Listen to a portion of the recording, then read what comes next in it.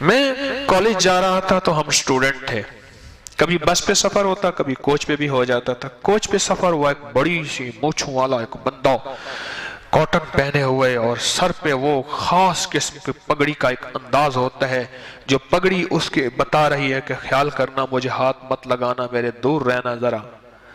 پگڑی کا انداز ہوتا ہے نا خاص، وہ باندھے ہوئے بیٹھا۔ اب ہم دو سٹوڈنٹ تھے، تو اب میرے مزاج میں چھیڑ چھاڑ شروع سے ہے۔ وہ مرشد نے جو انجیکشن لگایا تھا نا کہ اپنی ذات کو لے کے نہیں چلنا طارق، امت کو لے کے چلنا ہے، انسانیت کو لے کے چلنا ہے، عالم کو لے کے چلنا ہے۔ اپنی اکیلی جنت منوانی ہے تو کریم ہے، مان جائے گا۔ کریم ہے، میں کریم کہہ رہا ہوں، اپنے بھروسے کی بات نہیں کر رہا کہ میں کچھ ہوں۔ کریم ہے، مان جائے گا، پر یہ محمدی مزاج تو نہ ہوا، محمدی مزاج تو نہ ہوا۔ جو محمدی مزاج ہے وہ اپنے تن من اپنی چاہتوں سے ہٹ کے آگے سے آگے، عالم کے لیے، انسانیت کے لیے۔ جگہ وہی پڑی تھی، سیٹ نمبر جو دیکھا تو دیکھا وہی ہے، اسی کے ساتھ وہ کہے تو بیٹھ اور میں کہوں، وہ کہے تو بیٹھ طارق تو بیٹھ، ہاں اس کے ساتھ تو بیٹھے، مجھے آلے دنال تو بیٹھ۔ ڈرونا بندہ، لمبا قد، ایسے۔ خیر میں بیٹھ گیا۔ بیٹھنے کے بعد جب گاڑی چل پڑی تو میں نے ایسے ہاتھ آگے بڑھایا، میں نے کہا السلام علیکم۔ اس نے تھوڑا سا ایسے، یعنی ایسے، مجھے دیکھا نہیں، ایسے پھر کے نہیں دیکھا، ایسے کر کے علیہ السلام، علیہ السلام، ایسے تھوڑا سا ایسے ہاتھ۔ میں کہا آپ تو ٹھیک ٹھاک ہیں، خیریت سے ہیں، اور تینوں میں بیمار نظر آتا ہوں۔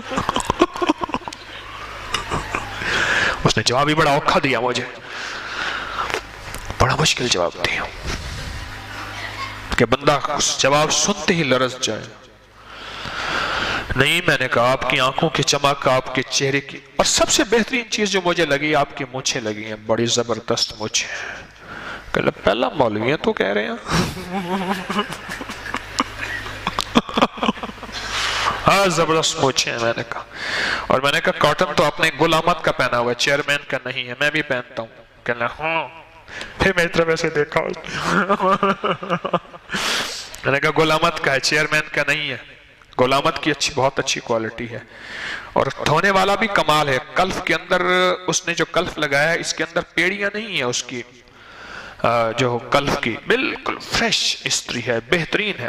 باذوق لگتے ہیں، ویسے آپ باذوق لگتے ہیں، ہماری دوستی لگ گئی۔ میں نے کہا میرے مرشد ہیں، انہوں نے ایک تحفہ دیا ہے، کہیں تو آپ کو دے دوں؟ کہہ رہے ہاں، اسی پیرانوں منہ ڈالے ہیں،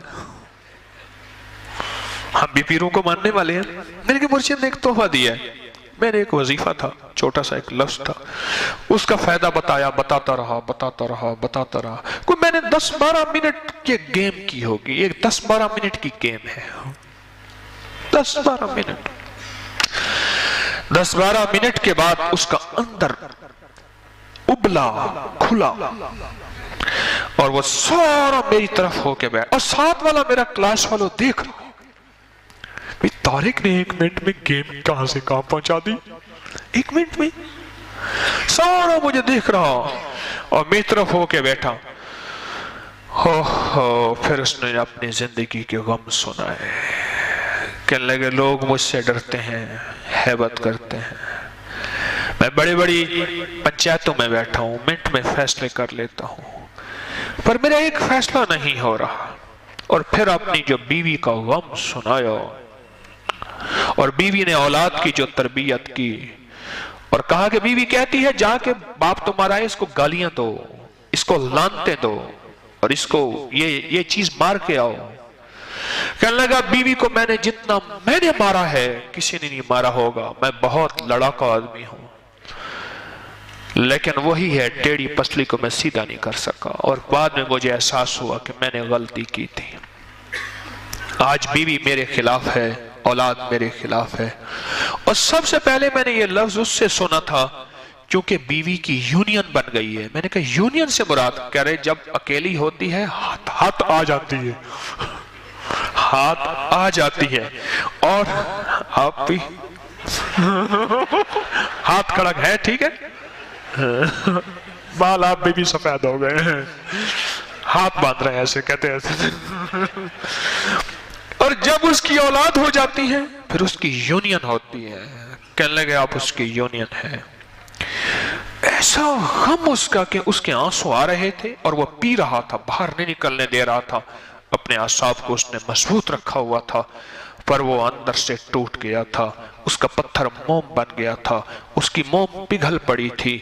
اور وہ ایک ایسے ہاں کہ کہہ رہا تھا کہ لوگوں, مجھ سے بڑا مظلوم دنیا میں کوئی نہیں ہے, مجھ سے بڑا بے سہارا دنیا میں کوئی نہیں ہے, مجھ سے بڑا بے آسرا دنیا میں کوئی نہیں ہے.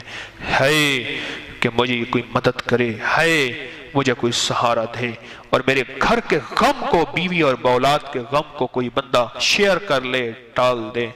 میری بیوی میرے دوست بن جائے, میری اولاد فرما بردار آنکھوں کی ٹھنڈک بن جائے. اس کے پاس کوئی سامان نہیں تھا, اس کے پاس کوئی سہارا نہیں تھا, اس کے پاس کچھ بھی نہیں تھا. مجھے کہنے لگا کہ آپ کا پتہ, میں نے کہا کلاس فلاں ہے, رول نمبر یہ ہے. میرا پتہ یہ تھا, میری کلاس یہ ہے, فلاں نمبر یہ ہے, اور رول نمبر یہ ہے میرا, اور فلاں کالج میں پڑھتا ہوں, بس یہ میرا پتہ ہے. اس کے بعد وہ نہیں ملا, مجھے نہیں ملا. لیکن اس کے غم اور اس کا درد کی کیفیت بتا رہی تھی. وہ دنیا کا بے سہارا انسان ہے جو کہ ہیبت کے اعتبار سے بہت زبردست ہے, لیکن وہ دنیا میں ٹوٹا ہوا ہے, اندر سے بکھرا ہوا ہے. میں اسلام آباد گیا تو وہاں ایک صاحب سے ملنے کے لیے, انہوں نے کہا جی مسجد میں گئے ہیں. میں مسجد میں جا کے بیٹھ گیا, وہ مسجد میں تھے نہیں. میں نے گھڑی دیکھی, میں نے کہا نماز کا ہے, چلو نماز پڑھتا جاؤں, جماعت مل جائے گی. ایک دو احباب اور بھی تھے. ایک صاحب کو دیکھا, اس کی شکل ایسے دیکھی, بڑا پریشان حال. مسجد کے وضو خانے کے ساتھ ایک جگہ تھی جہاں بچے قرآن پاک پڑھتے تھے محلے کے نا, صبح شام آتے تھے, وہاں بیٹھا ہوا ہے.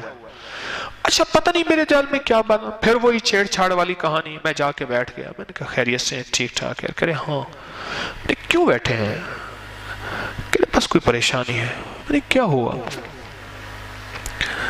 مجھے کہنے لگا میری بیوی نے اور اولاد نے مجھے جوتے مار کے دھکے دے کے گھر سے نکال دیا. کیوں؟ کہہ رہے میں فلاں محکمے میں جاب کرتا تھا اور یہاں میرا گھر ہے, بڑی مشکل سے میں نے 10 مرلے کا گھر بنایا, 5 مرلے کا گھر بنایا.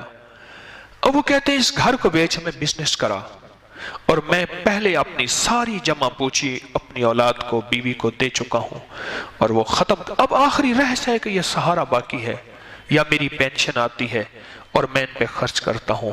اب مجھے مارا ہے انہوں نے, اور مار کے مجھے دھکے دے کے نکال دیا ہے کہ اس گھر کو ہمارے نام کر, بیچ, اور اس گھر کو ہم کھائیں بزنس کے نام. میں کیا کروں؟ اور وہ جو رویا اور پھر چٹائی پہ ایسے گر گیا جیسے سجدے میں بندہ گرتا ہے, بلک بلک کے رویا. اور میں اس کو اٹھانا چاہا, نہ اٹھا, روتا رہا. اور اللہ کے سامنے پتہ نہیں کیا, جیسے عورتیں بین نہیں کرتی ایسی بین کر رہا تھا, اور رو رہا تھا کہ, اور ایک بات کہہ رہا تھا کہ میں تلاگنگ کا فلاں کا رہنے والا تھا. کوئی گاؤں کا نام تھا تلاگنگ, مجھے یاد ہے, چکوال کے ساتھ تلاگنگ ہے. میں وہاں کا رہنے والا تھا, میں غریب تھا, میں نے مزدوری کر کے, جاب کر کے یہ مکان بنایا تھا. اور ایک بیٹا میرا ایسا تھا جس کو ٹی بی ہو گئی تھی, اس کو اٹھا کے میں پھرا تھا, فلاں بیماری تھی, ایسے تھا. میں نے بیوی کو ہر زندگی دی, اب میرا وقت آیا ہے اور میں بے سہارا ہو گیا ہوں. وہ مجھے گھر سے نکال دیا گیا. میں نے اس کا کوئی مسئلہ ہی نہیں ہے, آپ کو گھر سے خود بلا کے لے جائیں گے. میں نے جب ایسے کہا نا, مجھے ایسے دیکھا, کہہ رہے کیا مطلب؟ میں نے کہا اولاد آئے گی, بیٹے آئیں گے, بیوی آئے گی, آپ کو بلا کے لے جائے گی. میں ایک چیز آپ کو بتاتا ہوں, آپ پڑھیں بیٹھ کے یہاں مسجد میں, آپ کو ساتھ لے جائیں گے اور آپ کی عزت ہوگی, آپ کا وقار ہوگا. اچھا اسی بات میں ہو رہی تھی، وہ صاحب بھی آ گئے جن سے میں ملنے گیا تھا. میرے والد صاحب رحمۃ اللہ علیہ کے کالج فیلو ہیں، اسلام آباد میں رہتے ہیں. میں نے اصل میں انہیں ملنے جانا تھا، ابھی بھی وہ زندہ ہیں، کالج میں اکٹھے پڑھتے تھے اور پھر ایک ہی کمرے میں رہتے تھے. باتیں بتاتے ہیں والد صاحب کی. تو میں نے اصل میں انہیں اکٹھا جا کے انہیں ہم نے ملنا تھا. تو وہ بھی آ گیا، مجھے کہنے لگا آئیں چلیں. میں کہ ٹھہرو، ایک بابے سے ملنے جا رہے ہیں، پہلے اس بابے کی کہانی ٹھیک کر لیں. تو میں نے اسے ایک وظیفہ لکھ کے دیا. میں نے کہا یہ وظیفہ آپ پڑھیں اور آپ انشاءاللہ بیٹھے بیٹھے یہیں پڑھیں. عشاء ہو جائے نا یہیں رہیں، یہیں کہیں لیٹ جائیے گا. موسم گرمی کا تھا، میں نے کہا اب کچھ نہیں ہوگا، آپ صبح ہو جائے یہیں رہیے گا. اب پریشان نہ ہونا، اس وظیفے کو نہ چھوڑیے گا. انشاءاللہ وَقَفَا بِاللَّهِ وَلِيًّا وَقَفَا بِاللَّهِ نَصِيرًا. میں ایک بات بتاؤں آپ کو، خالی برتن خالی بھانڈا ہوں، اس کریم کے نام کی لاج رکھ دیتا ہوں. وہ میرے اپنے نام کی لاج رکھ لیتا ہے، میں اسی پہ بھروسہ کر بیٹھتا ہوں اور اپنے نام کی وہ لاج رکھ لیتا ہے اور وہ کام لوگوں کے ہو جاتے ہیں. نام جو اس کا ہوا. دوسرے لفظوں میں لوگ میرے دروازے پہ آتے ہیں، میرا در خالی ہے، اس کا در بھرا ہوا ہے. میں اپنے خالی در سے اس کے بھرے در پہ بھیج دیتا ہوں. اور ویسا کریم ہے، اپنے نام کی لاج رکھتا ہے اور اپنے بھرے در سے بھرا بھیج دیتا ہے، بھرے در سے بھرا بھیج دیتا ہے. تو میرا دل تو ویسے ہی خالی تھا، میرا در تو ویسے ہی خالی تھا. خیر وہ پڑھتا رہا. اچھا وہ صاحب جو تھے جن سے ملنا تھا وہ اسی مسجد کے نمازی تھے، ان کا گھر قریب تھا. وہ دن کی 1-2 نمازیں وہیں پڑھ لیتے تھے. ہم چلے گئے، میں اپنے چچا سے ملا، ان سے باتیں خیر کرتے کرتے. ایک دفعہ کی بات ہے، کوئی 5-6-7 مہینے کم و بیش کچھ عرصہ گزرا. وہ صاحب مجھے ملنے آئے، جو صاحب جن کو لے کے میں نے اپنے چچا سے ملنا تھا، والد صاحب رحمۃ اللہ علیہ کے کلاس فیلو سے. میں نے ایسے کہا، میں نے کہا وہ چاچے کا کیا حال ہے جس کو گھر سے اولاد نے نکال دیا تھا؟ مجھے کہنے لگا آپ پوچھیں نہیں، اس سے خود ملیں جو آپ کو کہانی سناتا ہے. وہ تو آپ کو ڈھونڈتا پھر رہا ہے. اسے بعد میں پتا چلا ہے کہ آپ جو ہے وہ ابکری والے ہیں. اور وہ کہنے لگا اس نے بعد میں پتا چلا وہ تو آپ ڈھونڈتا پھر رہا ہے اور اس کے ساتھ بہت زبردست گھر والے محبت کر رہے، پیار کر رہے. اب کوئی نہیں کہتا مکان لکھ دیں، اس کے ساتھ محبتیں ہیں، پیار ہے. تو آپ نے اسے کیا بتایا تھا؟ میں نے کہا میں نے تو ایک قرآن پاک کی دعا تھی، ربنا حب لنا من ازواجنا وذریاتنا قرۃ اعین واجعلنا للمتقین اماما. بس اصل میں بات یہ ہے، اس کے اندر اس وقت چونکہ درد تھا، ساری عمر کی کمائی اولاد تھی، ساری عمر کمائی گھر تھا، وہ درد تھا اور اس نے درد سے پڑھا. اور رب کو درد مطلوب ہے، الفاظ مطلوب نہیں ہے. ایک ہے الفاظ، ایک ہے درد. الفاظ میں برکت ہے، طاقت ہے، میں الفاظ کا انکار نہیں کرتا، لیکن اگر الفاظ کے ساتھ درد ہو پھر وہ الفاظ تیر بن جاتے ہیں اور جا کے نشانے پہ لگتے ہیں. اور جس کو کہتے ہیں کہ تیرے نظر کا یہ اثر جس کو لگا شکار ہے.